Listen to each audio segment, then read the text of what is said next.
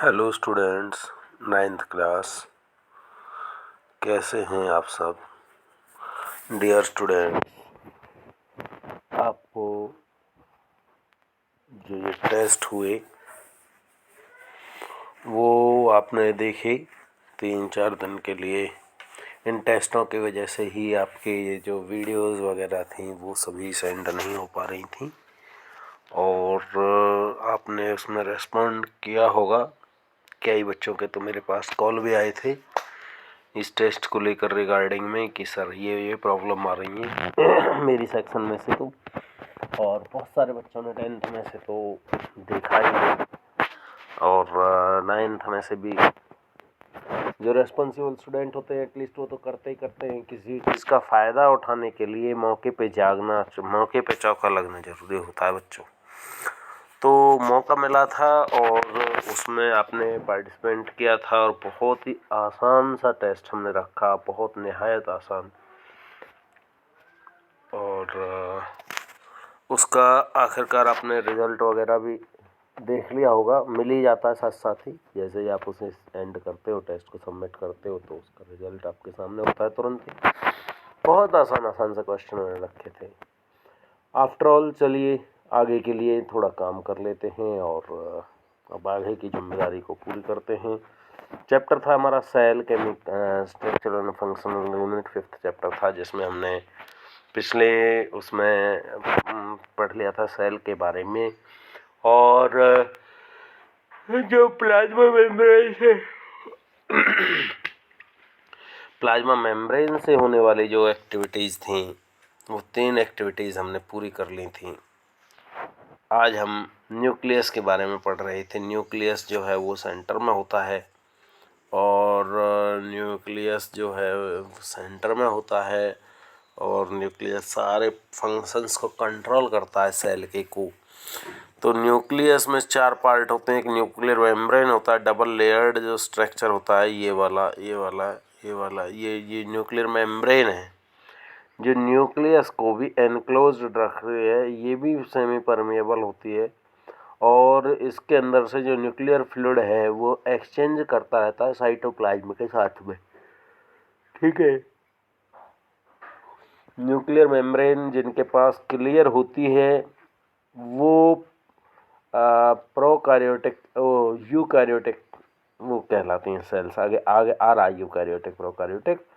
जिनमें clear nuclear होता है, जिनमें क्लियर न्यूक्लियर मेम्ब्रेन होती है तो न्यूक्लियर क्लियर होगा। तो न्यूक्लियर मेम्ब्रेन आपको याद रखना है जो कि न्यूक्लियस को एनक्लोज्ड करके रखती है, बांध करके रखती है। न्यूक्लियस को जो है फिक्स करके रखती है। न्यूक्लियस को एक तरह से सारे फंक्शंस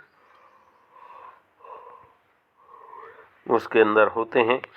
इसके बाद न्यूक्लियर फ्लूइड होता है। इसी के अंदर कुछ लिक्विड सेमी लिक्विड सा भरा हुआ होता है जिसको हम न्यूक्लियर फ्लूइड कहते हैं, जिसके अंदर क्रोमेटिन नेटवर्क तैर रहे होते हैं। ये क्रोमेटिन नेटवर्क जो है गुणसूत्र होते हैं और क्रोमेटिन नेटवर्क जो है ये क्या करते हैं, ये 2 तरह के होते हैं, एक होमोट्रोपिज्म और एक हेटेरोट्रोपिज्म। होमोट्रोपिज्म मतलब एक जैसे से देखने में शक्ल में, और हेटेरोट्रोपिज्म जिनका अलग अलग जो है वो होता है। तो ये क्रोमेटिन नेटवर्क ये हर टाइम पे दिखाई नहीं देते क्रोमोसोम्स, ये केवल न्यूक्लियस में सेल डिवीजन के टाइम पे दिखाई देते हैं। तो ये आप समझ लेंगे। न्यूक्लियस इसके बीच में जो है डेंस ब्लैक कलर का सा धब्बेनुमा संरचना जो है वो क्या कहलाती है, न्यूक्लियस कहलाती है। ठीक है स्टूडेंट्स। अच्छा जी, ये साइटोप्लाज्म है। साइटोप्लाज्म और प्रोटोप्लाज्म 2 वर्ड है और ये आपको बहुत अच्छे से समझना है। देखिए सेल के सबसे आउटर मोस्ट पोर्शन में क्या होता है, सेल मेम्ब्रेन होती है, ये रही।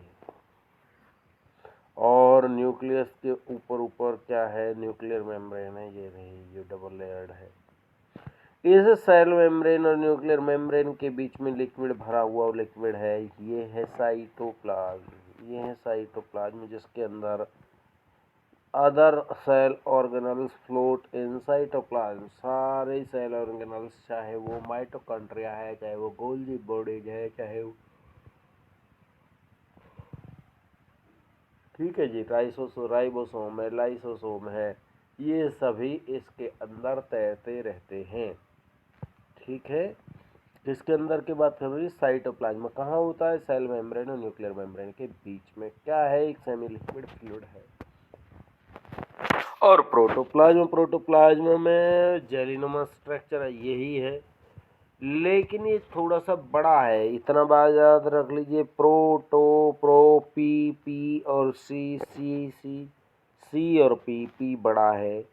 कोश जो प्रोटोप्लाज्म है, इसको हिंदी में अगर नाम दें तो जीव द्रव्य कहेंगे, और साइटोप्लाज्म को नाम दें तो कोशिका द्रव्य कहेंगे। ठीक है, कोशिका द्रव्य कहेंगे। तो मेरे जो कहने का अर्थ है वो ये है कि ये सेल मेम्ब्रेन और न्यूक्लियर मेम्ब्रेन, इनके जो बीच बीच में है वो तो साइटोप्लाज्म हो गया, और प्रोटोप्लाज्म में cytoplasm plus nuclear plasm. It include किस किस चीज़ को इंक्लूड करता है? Cytoplasm plus nuclear plasm, cytoplasm और न्यूक्लियर प्लाज्म को इंक्लूड करता है। ये प्रोटोप्लाज्म होता है। प्रोटोप्लाज्म थोड़ा सा बड़े लेयर का होता है, बड़े लेवल का होता है, यूँ समझ लीजिए जी।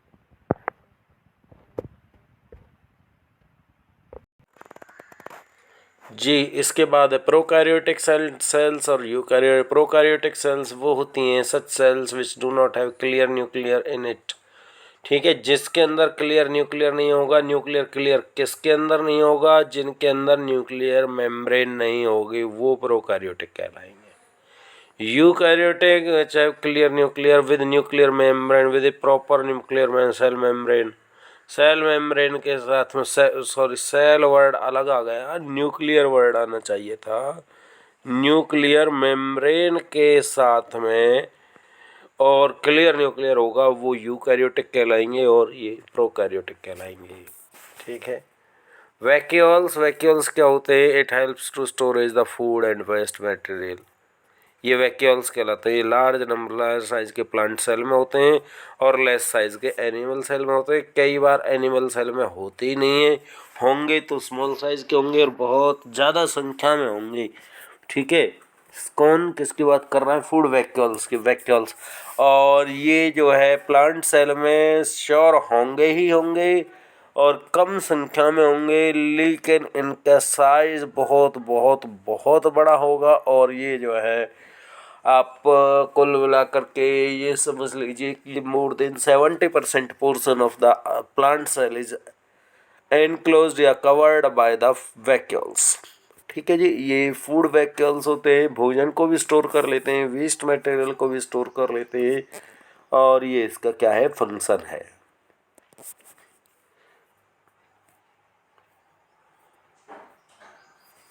ठीक है साहब। और इसके बाद है एंडोप्लाज्मिक रेटिकुलम वगैरह। ये ER कहते हैं, एंडोप्लाज्मिक रेटिकुलम। और ये जो है दो टाइप के होते हैं, जिसके अंदर लार्ज नंबर ऑफ राइबोसोम्स होंगे, वो रफ एंडोप्लाज्मिक रेटिकुलम कहलाएंगे। RER कहलाएंगे, रफ एंडोप्लाज्मिक रेटिकुलम। जिन पे थोड़े ये राइबोसोम कम होते हैं, ये क्या कहलाते हैं? Smooth endoplasmic reticulum. रेटिकुलम का जो सरफेस है वो थोड़ा सा राइबोसोम्स के एब्सेंस में यानी लेस अमाउंट होने पे वो क्या हो जाता है? थोड़ा स्मूथ हो जाता है, तो वो स्मूथ कहलाया। और जो राइबोसोम्स की प्रेजेंस पे थोड़ा सा ज़्यादा होता है तो वो रफ कहलाया। तो ये बात आपकी समझ में आ जाना चाहिए। इसके बाद है आपका गोल्जी बॉडीज। और गोल्जी बॉडीज में क्या है जी?